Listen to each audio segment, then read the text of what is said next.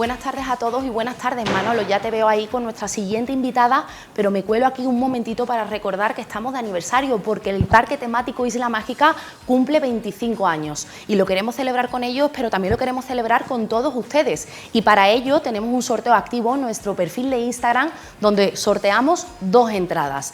¿Cómo podemos participar? Primero, siga a nuestros amigos de Isla Mágica y sigue el perfil de PTV Sevilla. Después, busca la foto del sorteo, dale a like y menciona a la persona con la que compartirías la experiencia. Y por último, sube a Stories la publicación mencionando a Isla Mágica y a PTV Sevilla. En el programa de Sevilla TV, el próximo viernes 8 de julio, diremos el ganador de esas 2 entradas para que puedan disfrutar de Isla Mágica.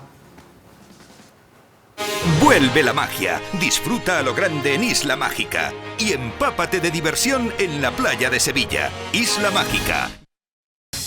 Buenas tardes, comenzamos Sevilla TV y hoy lo vamos a hacer con un poquito de literatura, con este maravilloso libro, El susurro del ángel, de David Olivas, que se encuentra ya con nosotros. David, ¿qué tal? Muy buenas tardes. Buenas tardes, ¿qué tal? Bueno, David es un escritor que ya nos sorprendió, nos emocionó con esa empatía maravillosa en El vuelo de la mariposa y que ahora nos vuelve a emocionar con esta maravillosa novela, El susurro del ángel. David, ¿qué vamos a encontrar en esta tu nueva novela? Pues vais a encontrar una historia que al final lo que yo quería era intentar pellizcaros el corazón. Es una historia que cuenta cómo desaparece Biel, el pequeño Biel, que es un niño muy querido en este pueblo de la Costa Brava y que encima desaparece en una noche tan especial como es la noche de San Juan. Y en el libro se cuenta la historia de cómo vive esa familia la desaparición del pequeño Biel, pero cómo también hay alguien, y solamente hay una persona que puede hacer, que puede aportar luz en este caso y que puede arrojar un poco más de digamos, soluciones a este caso. Hay historias entremetidas, ¿no?, también dentro de la trama principal, ¿no?, del libro. Sí, el libro habla de cómo desaparece este niño, pero también cuenta la historia de cómo vive esa familia la desaparición y sobre todo esos silencios tan profundos con una tragedia tan grande, ¿no? Cómo el hermano mayor vive haber perdido de vista a su hermano pequeño, cómo esos padres, sobre todo esa madre, que es la protagonista del libro, cómo esa madre vive las primeras horas tan angustiosas de la desaparición de su hijo y luego también hace hincapié en esos abuelos, ¿no?, que no saben si van a volver a ver a su nieto antes de morir. Es una historia que al principio es dura, pero que poco a poco vas descubriendo el viaje, ¿no?, que tiene esa madre y que hacemos con ella. Es un poco como que la historia necesita, la trama necesita esa dureza de lo que supone la tristeza de perder a ese pequeño, pero que posteriormente te hace entender por qué, ¿no? Un poco de por qué ese dolor, ¿no? Claro, es una historia que además quería hacer hincapié sobre todo en esa madre, ¿no? Porque yo este libro lo escribí por mi madre, pero también por todas las madres, ¿no?, del mundo, porque al final el amor de una madre por un hijo es algo tan inmenso que intentar plasmarlo en una novela era algo complicado, pero que creo que se entiende ahora perfectamente que una madre siempre, hasta el último día, va a querer encontrar a su hijo y cómo esta madre, en concreto Isabel, va a pelear hasta el último día de su vida por saber la verdad acerca de lo que le ocurrió a su hijo. Eva Ayala, su protagonista, es una detective divorciada, con mucho ímpetu, con mucha energía, con un gran carácter y un temperamento fuerte. Cuéntame un poco de esta protagonista y sobre todo en quién te inspiraste para hacerla. Pues el personaje de Eva Ayala aparece en la segunda parte de la novela. En esta primera parte descubrimos un poco cómo desaparece el pequeño en este pueblo de la Costa Brava, pero es entonces 3 años después cuando nos vamos a Madrid, a la casa de esta inspectora de policía, y descubrimos cómo a través de la televisión ella ve a Isabel 3 años después pidiendo que el caso de su hijo no se olvide, que alguien por favor haga justicia y que se reabra el caso, ¿no?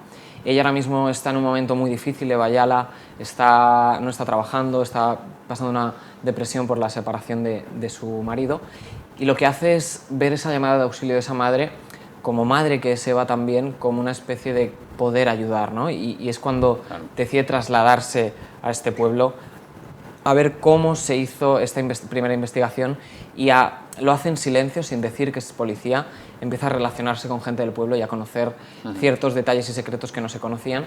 Y el personaje de Eva Ayala está inspirado en, yo creo, digamos, estos estas inspectoras de policía que guardan muchos secretos, que aún encima también se llevan el trabajo a casa, ¿no? Y Eva Ayala en concreto es una mujer que ha visto casos muy, muy espeluznantes en este país y que en concreto también habla de cómo casos reales que han ocurrido tristemente en la historia de este país también coge algunas cosas de eso. El personaje de Eva Ayala encarna ese halo de misterio que necesita también toda novela, ¿no? Un Sí, poco, ¿no? sí. Es también el barco, el buque insignia del misterio. Exacto, es digamos, la protagonista por excelencia, es la que conduce la investigación, la que conduce a los lectores hacia el final, a descubrir qué ocurrió realmente.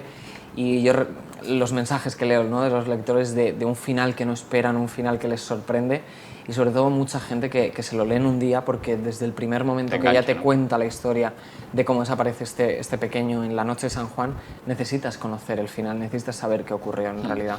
Tiene una complicidad la estructura del libro también, ¿no?, a la hora de diseñarlo, de escribirlo, supongo, porque el diseñar una primera historia para después irvanarla y unirla a la trama principal, digámoslo así, no sé, porque claro, es un libro que tiene una doble vida, ¿no? Exacto. Tiene esa primera historia y después una segunda. Los lectores cuando empiecen el libro van a descubrir una novela que aparentemente va de cómo desaparece un niño, pero realmente la historia que hay dentro es una historia mucho más enrevesada, mucho más, digamos, oscura, pero que cuando la descubran al final y vean que todas las piezas del puzzle encajan, digamos que escribirlo fue difícil, pero yo creo que leerlo lo disfrutas más, ¿no? Es un viaje, una experiencia que los lectores, ya digo, los mensajes que me llegan son tan buenos que hace que esa estructura que en su día pensé, ahora con las buenas críticas está siendo una maravilla. Hombre, tiene que ser una satisfacción tremenda, porque también supongo que el trabajo a la hora de... Pues claro, cuando leemos un libro siempre estamos esperando al giro inesperado, al cuándo vamos a pasar la página y nos vamos a encontrar ya esa sorpresa. Entonces, claro, mantener el ambiente página tras página y tener enganchado al lector página tras página, eso no es fácil, hasta que no llega a eso, ¿no? Pero claro, ahí está también, pues obviamente tu arte, ¿no?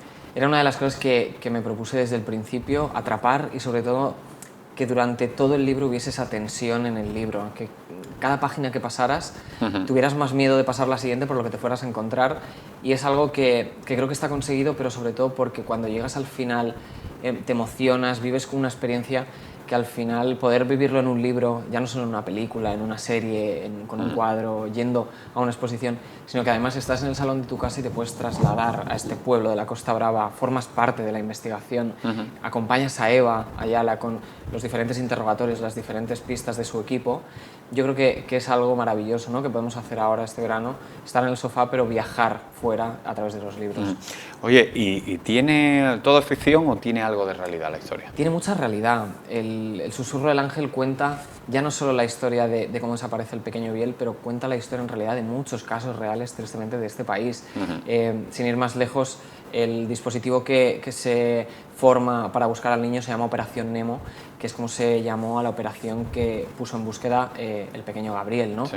También hay cosas de partes de casos reales de este país, hay nombres, hay ciertos momentos que hemos visto en televisión que todos recordaremos, aparecen también en el libro, y como la parte de la prensa también está ahí, ¿no? Que el caso se haga tan mediático también beneficia para que la cara del pequeño esté en todos los informativos del país. El hecho de documentarte tanto para sacar cosas que bueno, pues desgraciadamente hemos vivido, ¿te ha llevado a hacer alguna reflexión de por qué pasan todas estas cosas? ¿O te ha invitado a hacer algún tipo de reflexión? Porque supongo que cuando nosotros los vemos, no lo estudiamos los casos, ¿no? Simplemente pues vemos, escuchamos, oímos, lo vemos, analizamos de forma parcial, pero cuando se hace un análisis global de todo, no sé si se lleva alguna reflexión.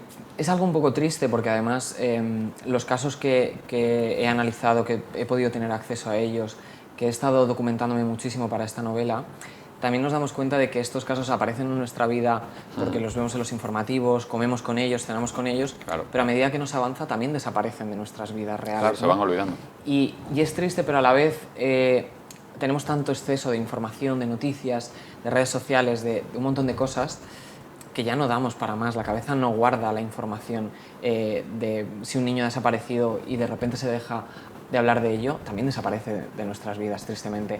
Pero al final ha sido un viaje muy duro porque he tenido que escuchar a padres que han perdido a sus hijos, he tenido que escuchar a madres que siguen buscando para conocer un poco de información acerca de... He tenido lo que valor ocurrió. ahí, pues yo no sé si sería Claro, capaz, que se te rompe el arma. Claro, al final estoy contando la historia de cómo una madre vive cada día en silencio, sin saber dónde está su hijo, y al final eso no lo sabes si realmente no te metes de lleno en cómo casos de este país han ocurrido y escuchas entrevistas, ves documentales, lees crónicas, pero al final yo no he podido hablar con esos padres y nunca jamás se va a poder entender ese dolor si no lo vives, pero de alguna manera he intentado acercar cómo es el sentimiento de una madre, ya no el dolor, sino el sentimiento de amor tan grande hacia unos hijos.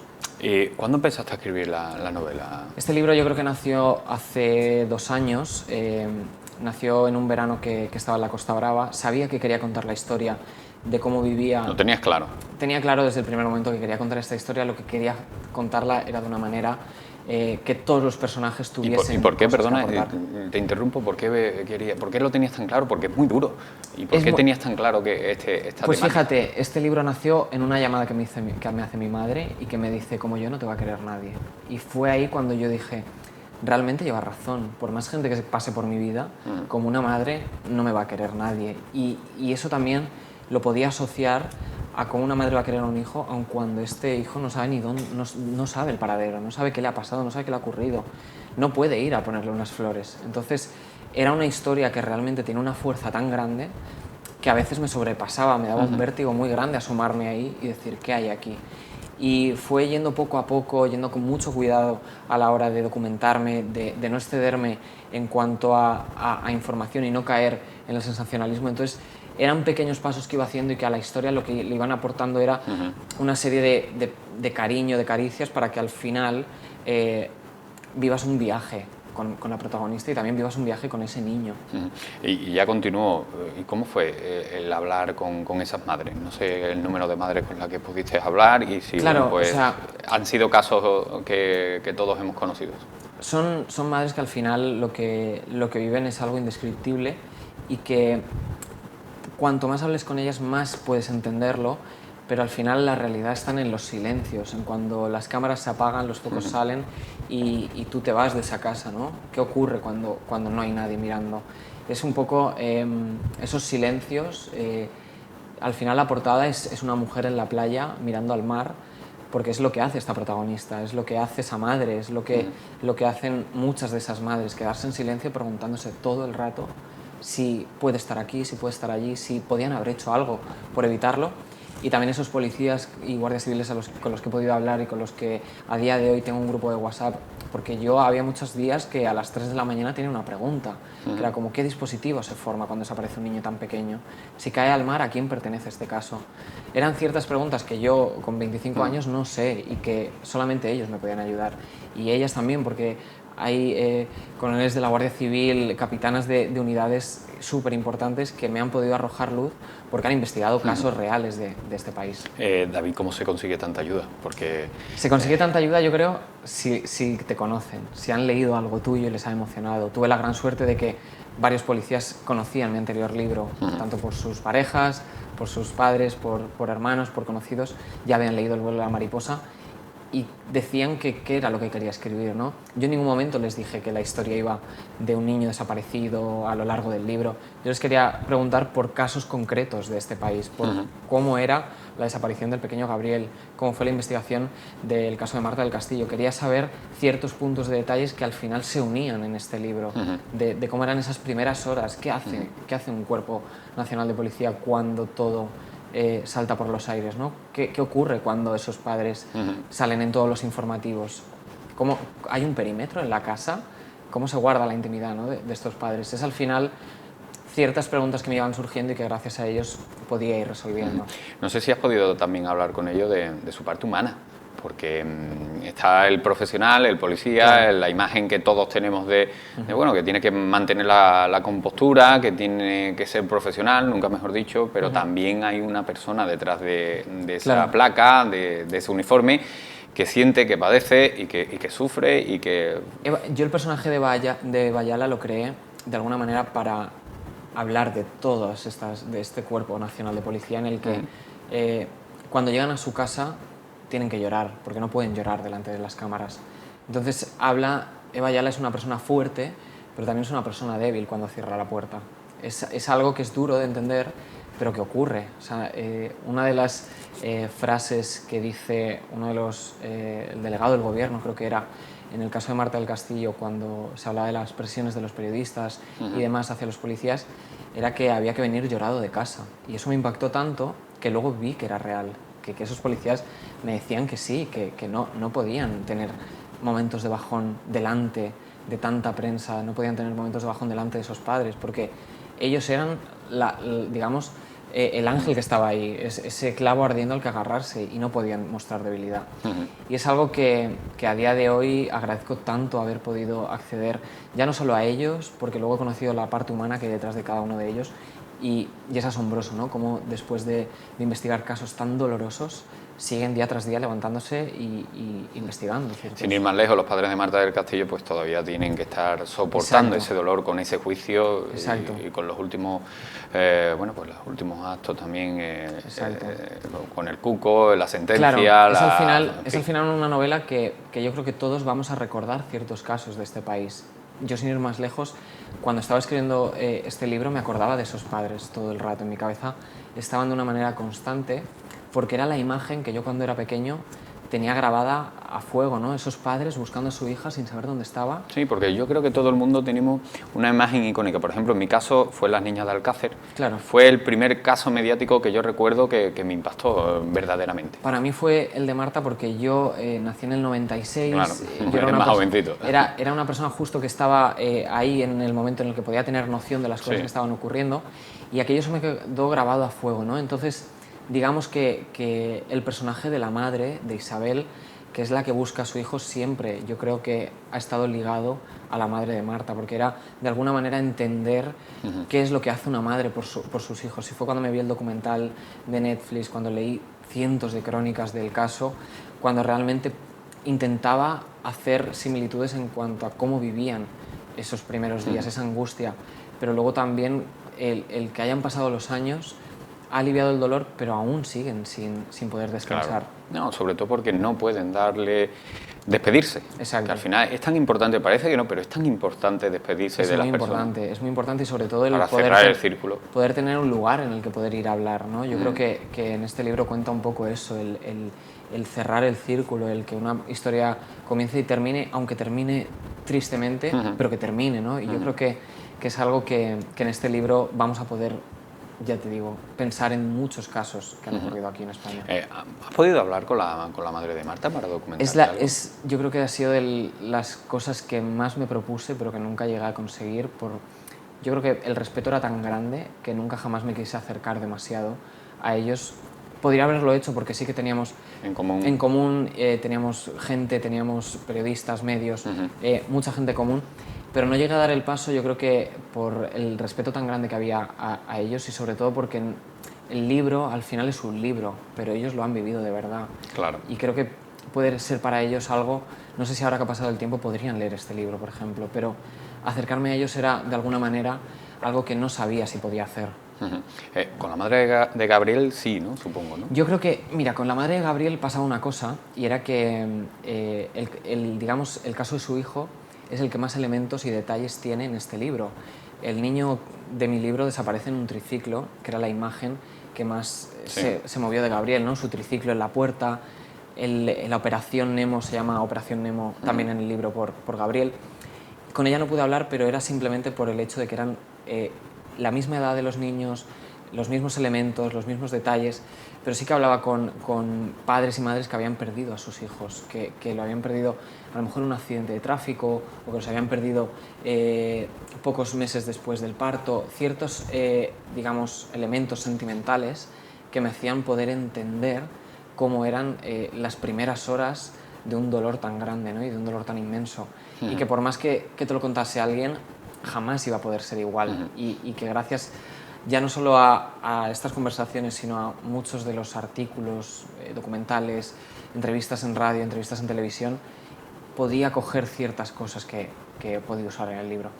Háblame de volviendo al libro, háblame de los personajes, ¿qué significa cada personaje? El personaje, ¿qué color le da al libro? El personaje estrella yo creo que es Isabel, es la madre, pero si por encima de ella hay un personaje, es Eva. Eva es al final la persona que recibe el caso, que lo ve por sus propios ojos y que decide investigar y empieza a encontrar cosas que no cuadran. Está también Ferran, que es el hermano mayor, que es quien ha perdido de vista a su hermano pequeño y que de alguna manera se siente tan culpable por... De alguna manera un hermano mayor siempre debe cuidar de los pequeños, pues si aún encima es él quien debería haber protegido a su hermano, se siente muy culpable. Esos abuelos que te decía antes, que no saben si van a volver a ver a su nieto. Es algo que te recuerda a muchos casos que has visto, ¿no? y que son personajes que pueden ser reales perfectamente. Están inspirados en muchas personas que han aparecido en televisión en nuestro país por casos reales. Luego también está esos investigadores de policía. El equipo que rodea a Eva es un equipo de la Unidad Nacional de Inteligencia brillante, que estudian los casos más difíciles de resolver y que acuden a ellos cuando no encuentran salida. El problema de este caso es que estaba resuelto. Dijeron que Biel se ahogó en una cala. Pero entonces Eva empieza a tirar del hilo y ve que es muy difícil que este niño tan pequeño pudiera hacer ese recorrido hasta allí. Era algo como que no cuadraba, ¿no? Y es ese equipo cuando empiezan a mirar donde nadie se ha parado a fijarse, ¿no? A comprobar las horas, a comprobar cámaras de seguridad de gasolineras, a comprobar toda la cronología que hace cada persona, cada personaje, y entonces cuando encuentran algo que aporta algo de luz y que puede ser que haya una ligera esperanza.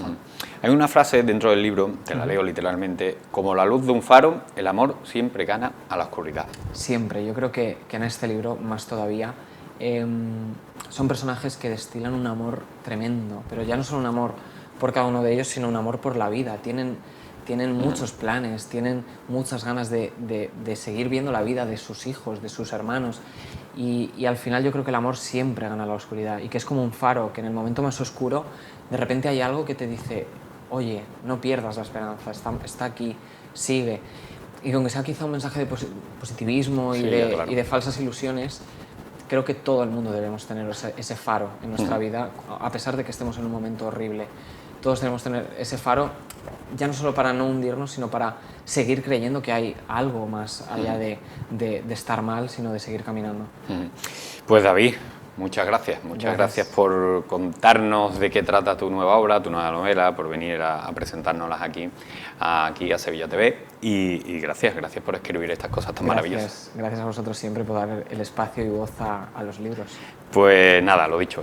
Esta es tu casa cuando quieras, amigo. Gracias. Bueno, pues nosotros nos vamos a marchar sin antes recomendarles pues este libro, El susurro del ángel, de David Olivas. Así que para estas vacaciones, que ya prontito, pues algunos antes, otros después vamos a empezar, pues una lectura más que recomendable. Nosotros nos marchamos a publicidad y a la vuelta más cosas aquí en Sevilla TV.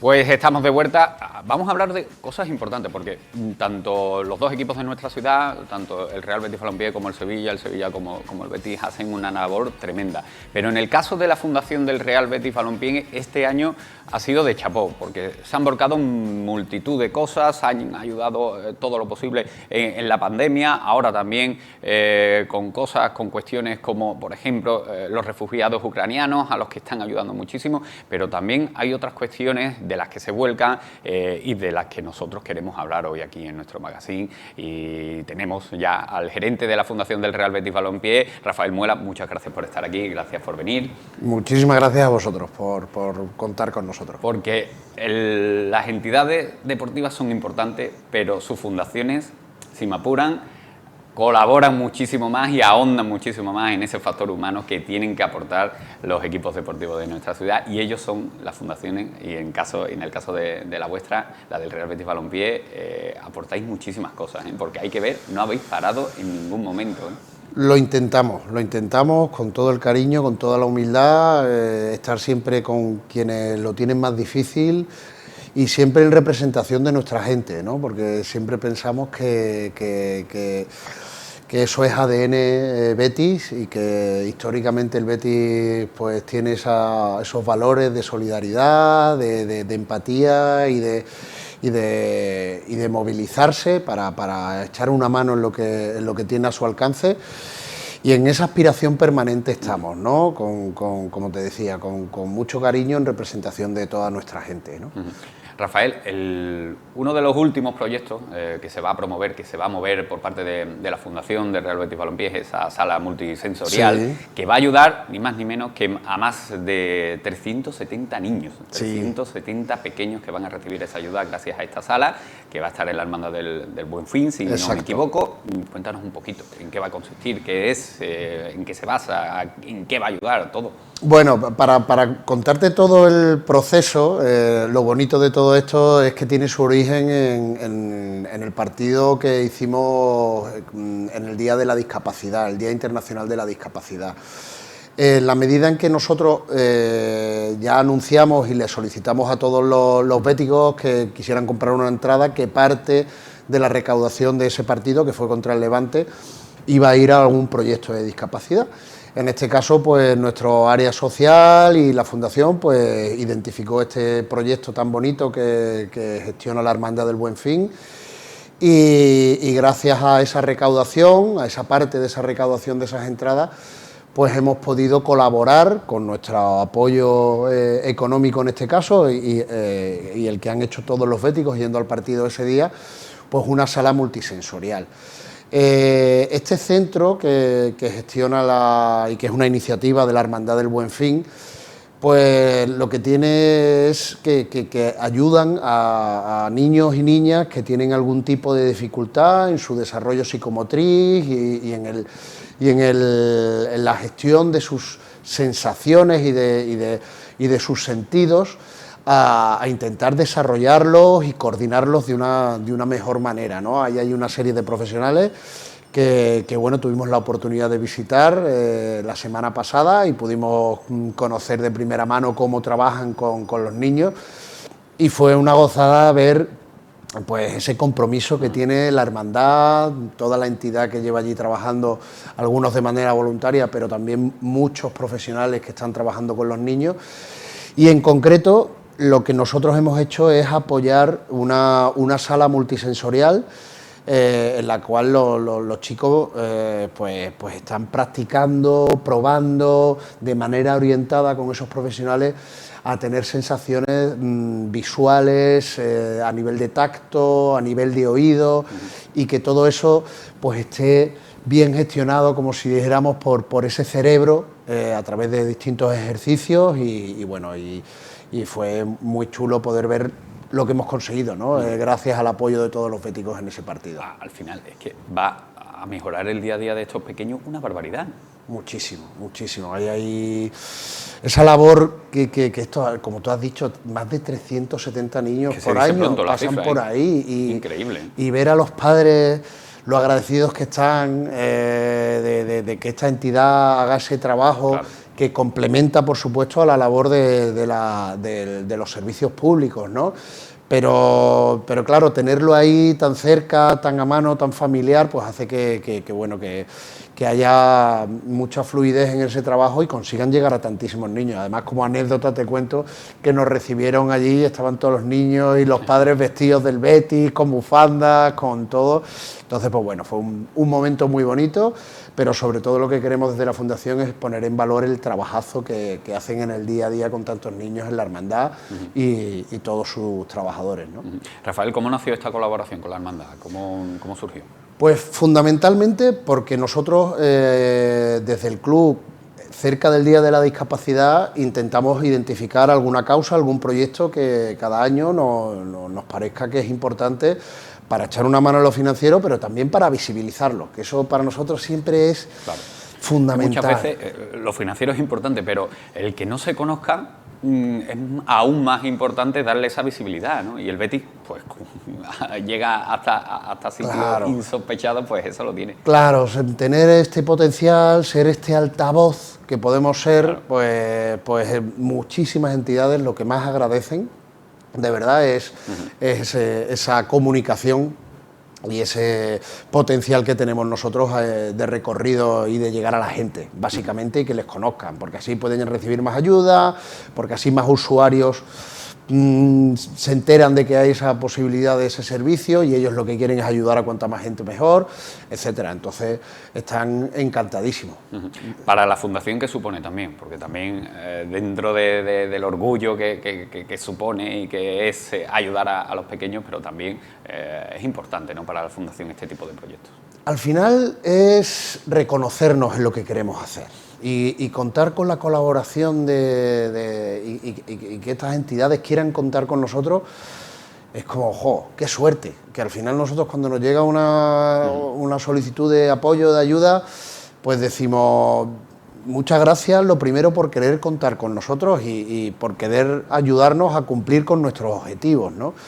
Entonces, un proyecto como este, en el que tienes tanta confianza de que cumple con lo que nosotros queremos hacer de una manera rigurosa, profesional, con cariño, pues al final es decir, venga, pues lo estamos haciendo bien y nos deja súper tranquilos de que hemos identificado un aliado y estamos apoyando a un aliado que está haciendo lo que busca y aspira la Fundación de manera permanente. No es el único proyecto que tiene la Fundación del Real Betis Balompié con pequeños, porque también es un ya clásico, un bonito clásico, ver a jugadores del Betis, a Rafael Gordillo, como visitan, pues, sin ir más lejos, una cosa que tenemos muy cerquita de aquí, el Hospital Virgen de Rocío, la planta de oncología infantil, donde, bueno, antes era año tras año, ya meses a meses, en fin, ya es una constante, ¿no?, el ver a la Fundación del Betis, pues, alegrándole la vida a los pequeños que están allí. Eso es otro proyecto magnífico y maravilloso. Eso es tremendo. Y cuando de repente son cosas que hacemos, pues eso, como tú dices, tradicionalmente, cada vez se nos ocurren más maneras de hacerlo y mejores excusas para estar allí, que si las batas más fuertes, que si pasear nuestra querida Copa del Rey por aquellos chavales que les da un subidón tenerla allí. Tremendo, y encima con nuestro Rafa Gordillo por allí. Es que no somos conscientes, perdona Rafael, pero es que el ánimo es muy importante. El ánimo es fundamental. Es a donde quería ir, porque un chaval que estuvo en la unidad de quemados hace, creo que fue unos 3 años o casi, después de un incendio tremebundo, que tuvo un periodo de recuperación súper difícil, que cada vez que nos lo contaba, muy complicado. Claro. Nos contaba, y de verdad que te lo contaba con el corazón en la mano. Además tenía la suerte de ver el estadio desde la unidad de quemados, pero el pequeño gesto que representaba un videíto de Joaquín o de cualquier otro jugador diciéndole, vamos, en este caso Álvaro, tira, estamos contigo, esto vas a sacarlo. Y nos contaba el impacto que tenía eso en su recuperación. Y es que yo creo que desde la Fundación este tipo de conversaciones, por ejemplo en este caso con este chaval, pues nos hacen darnos cuenta, pero estamos metidos en el día a día sacando este tipo de cuestiones, y es que es tremendo el poder y la fuerza que tienen estas cosas para animar a personas que están en una situación súper difícil, ¿no? Entonces, manejarlo adecuadamente pues es nuestra responsabilidad y ojalá sacar el máximo posible para llegar a cuanta más gente con todo este poder que tiene el Betis, ¿no? Y qué importante, no solamente el trabajo que vosotros realizáis, el idearlo, el proyectarlo, el explicarlo también, y el que haya jugadores, Borja Iglesias, Joaquín, Bartra, Miranda, que sean tan accesibles y que lo pongan tan fácil para ayudar, ¿eh? Totalmente. Que eso también es digno de alabar, que en muchos casos pues no se dan, pero en este caso, en el Real Betis Balompié sí que existe esa condición humana de los jugadores. Para mí forma parte de ese atractivo que yo creo que también tenemos como club. Yo creo que cuando un Bellerín, por ejemplo, viene al Betis, mucho más allá de su vinculación emocional, familiar, etcétera, él sabía que venía a un club que era solidario y que estaba implicado con causas como el tema del medio ambiente o con chavales refugiados. Y entonces eso yo creo que es hasta atractivo para eso, para que un deportista aterrice aquí. Y luego es absolutamente fundamental contar con, como tú bien decías, con esa accesibilidad por parte de ellos para que nos echen una mano. O sea, nosotros al final también como fundación les estamos representando a ellos. y de ello y es fundamental su ayuda, porque si no, ese vídeo que te he dicho antes de Joaquín no tiene ese impacto, no tiene ese recorrido, ¿no? Entonces, contar con ellos como activos y como gente implicada es absolutamente fundamental, y cada vez más eso va calando más, cada vez tienen más ganas de estar en los eventos, porque eso también les suma a ellos. Ellos quieren aprender en ese camino y poner un pie en tierra, ¿no? Con las dificultades que existen en la vida, ¿no? Para mucha gente, y nos lo agradecen, ¿eh? Y nos lo agradecen y de esa manera, ¿no? Estando cuando nos hace falta, ¿no?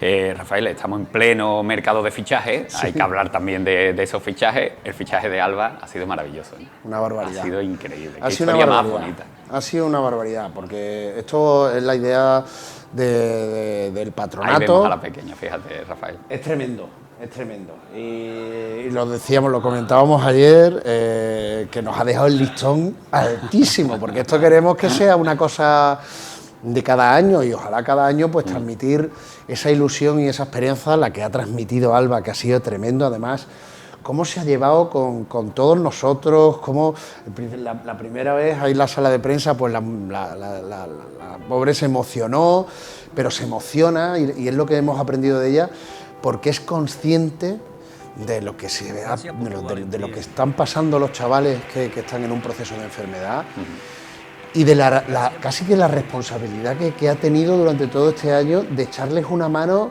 junto con nosotros, ¿no?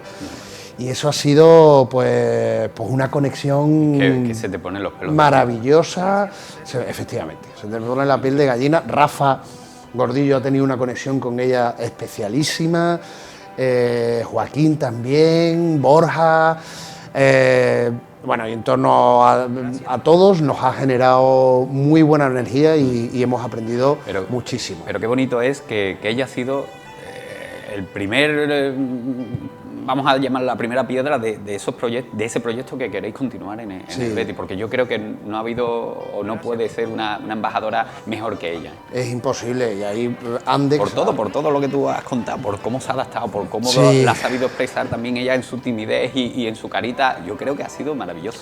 Yo ahí quiero decir también que ojalá nosotros hayamos ayudado en eso, a que ella se haya sentido cómoda, se haya sentido bien. Rafael, perdona, ahí con los jugadores, con Borja, es increíble. Es que, pero también es verdad que ahí ha ayudado muchísimo también Andex a la hora de facilitarnos todo el proceso, todas las comunicaciones. Andex es un aliado fundamental de todo este año, y del Betis siempre hacemos cosas con ellos. Y la madre de Alba también, Elena, también ha estado encantada en todo momento, muy agradecida, poniéndolo súper fácil. Y tenemos que agradecer siempre a todos los actores que estas cosas ocurran, porque al final parece que los que nos ponemos la medallita somos nosotros, y no, son todo ese entorno que está ahí, que nos lo pone facilísimo, y nosotros lo que queremos es que todo eso también se vea, todo ese esfuerzo de la gente de Andes que está en el día a día, todos esos voluntarios que están pendientes de oncología hoy, que Alba ya está fuera del hospital, gracias a Dios. Pues tenemos que acordarnos de ello, y para eso sirve este proyecto también, ¿no? Para visibilizar el esfuerzo de toda esa gente, de todos esos profesionales sanitarios que han conseguido que Alba sea una chica ahora mismo súper feliz, con su cole. Ayer se iba también a Isla Mágica con una amiga que también nos lo contaba. O sea, ese es el objetivo de este proyecto, visibilizar la superación de esos procesos tan complejos. Y tenemos que seguir buscando también otros niños y otras niñas que nos ayuden a representar esa Porque esperanza. el proyecto va a seguir, ¿no? Sí. Esto es como cada temporada tenemos que hacer fichajes. Eso es así, ¿no? Entonces, estamos en esa búsqueda, y ojalá identifiquemos un fichajazo tan bueno como el de Alba, que además no es que cierre, sino que nosotros este proyecto ya lo que queremos es que vayamos generando una canterita ahí de fichajes estrellas, y que cada cierto tiempo, y para los proyectos que entendamos que tiene sentido, pues que puedan participar y que siga con nosotros, ¿no? Sobre todo también la capacidad de reacción que tiene la Fundación ante, bueno, pues surgió la guerra de Ucrania, surgió el tema de los refugiados, y lo que se ha involucrado también la Fundación del Real Betis Balompié con esos refugiados que me consta, porque nosotros aquí hemos tenido la suerte de entrevistar finales felices de gente que está aquí y que está bien y que ha llegado, y sí que es cierto que ahí la Fundación también se ha volcado muchísimo en esa ayuda a tantísimos refugiados que han venido aquí a Sevilla a buscar, pues bueno, la paz que no tienen en su país. Lo intentamos, siempre tenemos esa aspiración de reaccionar lo más rápido posible. Cuando hay emergencias a nivel nacional o internacional, es nuestra misión reaccionar y volcarnos con lo que tenemos. ¿Qué tenemos? Pues tenemos una masa bética detrás que además se siente identificado con los proyectos de la Fundación, o así nos gusta sentirlo, ¿no? De manera que cuando hemos hecho un llamamiento, van los béticos y en torno a un día de partido van y se vuelcan. Pero es que además, cuando hemos celebrado, por un lado, el visionado de la Copa del Rey en el Benito Villamarín, pues todo lo que se ha recaudado, y eso es una decisión del Consejo y del Patronato de la Fundación, ha facilitado que los béticos, con esa entradita que teníamos que pagar de 2 euros para que hubiera un control adecuado de la asistencia, etcétera, pues todo eso también se ha volcado con UNICEF para los refugiados ucranianos. Y ahora también... Ucranianos y no ucranianos. Y no ucranianos, efectivamente. Pero en el caso de UNICEF sí que estaba muy focalizado ahí. En el caso de CEAR, que es la entidad beneficiaria también de la celebración de la Copa del Rey, que también tenía una pequeña entradita, pues también hemos hecho entrega también a ellos de esa recaudación para que lo dediquen a su labor diaria, que a ellos les ha tocado recepcionar y echar una mano con todos los procesos de regularización de todos esos refugiados, y también con un componente que también nos gusta mucho por el tema de Forever Green, de refugiados climáticos. Cada vez más, desgraciadamente, hay más personas que tienen que dejar su lugar de origen porque el cambio climático está provocando que tengan que desplazarse por falta de recursos hídricos o por cualquier otra circunstancia, ¿no? Y también dentro de esa vocación de Forever Green y de todo el trabajo que hacemos a nivel de medio ambiente, pues queremos ojalá también echar una mano, y CEAR es una de nuestras entidades aliadas también de siempre, ¿no? Entonces... Hay que ver, Rafael, estamos hablando de todos los proyectos, estamos haciendo un repaso de todo, y ahora nos surge la cantidad de cosas que hay en Sevilla y que muchos sevillanos no conocen, y que gracias a la Fundación pues se está dando lo que tú bien decías, esa visibilidad que tanto necesitan, porque es lo principal, ¿no? Que se conozca, porque al final... Bueno, son 50.000 los que van al campo, más todos los que siguen a Real Betis Balompié a nivel nacional, pero sobre todo en la ciudad. Es que se dé visibilidad y que se entere, vamos a hablar de un porcentaje, un 30%, que es poco, porque se van a enterar muchísimo más, pero que se entere un 30% de que hay esas posibilidades de ayudar a otras personas, yo creo que ya es un éxito, ya eso es un éxito. Y además, Manolo, son buenas noticias. La gente necesita buenas noticias. Sí, sobre todo eso. Sí, totalmente de acuerdo. Y porque vemos el telediario, muchas veces nada más que vemos cosas que decimos, uff, y estos son cosas... Esa es la mejor definición, uff. Y tenemos que contar lo bueno que hace un montón de gente, en este caso en nuestra ciudad, pero allá donde se estén haciendo buenas labores para... solucionar, para resolver problemáticas muy complejas que tiene la gente, pues eso, como hemos mencionado, los sanitarios, las ONGs, las agencias de Naciones Unidas, en fin, hay mucha gente haciendo cosas buenas, y nosotros tenemos de nuevo ese altavoz que nos permite dar esos mensajes de ilusión y de positivismo que nos hacen falta en nuestro día a día, ¿no? Entonces nos gusta poder transmitirlo a través de nuestros canales, ¿no? Que son importantes. Es que tenéis muchas cosas. No querría dejarme nada en el tintero, ya que tengo la oportunidad de... Algo te va a dejar, seguro. Seguro, sí. Pero quiero... Bueno, la recogida de Forever Green, sí. También el fútbol para mayores, sí, que también otra muy bonita sí. iniciativa, que esa es curiosa, es una forma de jugar al fútbol, de poder practicar deporte adaptado a las personas mayores de una manera, a mí me llamó muchísimo la atención. No puedes correr, vas andando, en fin, háblame un poco de esa iniciativa. Es muy chula esa iniciativa también, eso está... Además es un proyecto europeo, porque eso forma parte de otras de nuestras vías de financiación, que son subvenciones europeas, que nos ayudan a lanzar proyectos como este. Luego ya tendremos que ver cómo lo tenemos que mantener a nivel de recursos, etcétera.